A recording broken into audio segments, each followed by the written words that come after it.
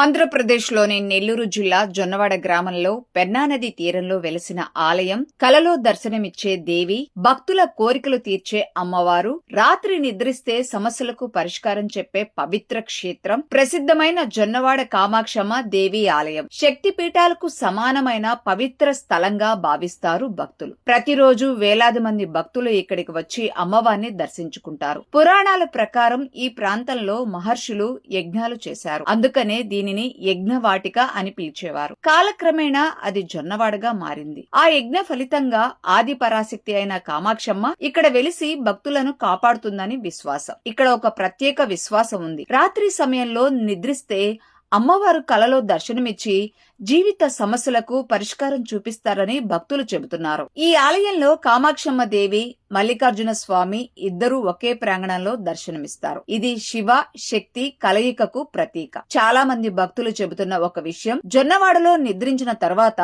మా సమస్యలు తగ్గాయి. అమ్మవారు కలలో దర్శనం భక్తుల మనసులో నమ్మకం, విశ్వాసం, భక్తి. ఉదయం 5 గంటల నుండి రాత్రి 9 గంటల వరకు దర్శన సమయం ఉంది.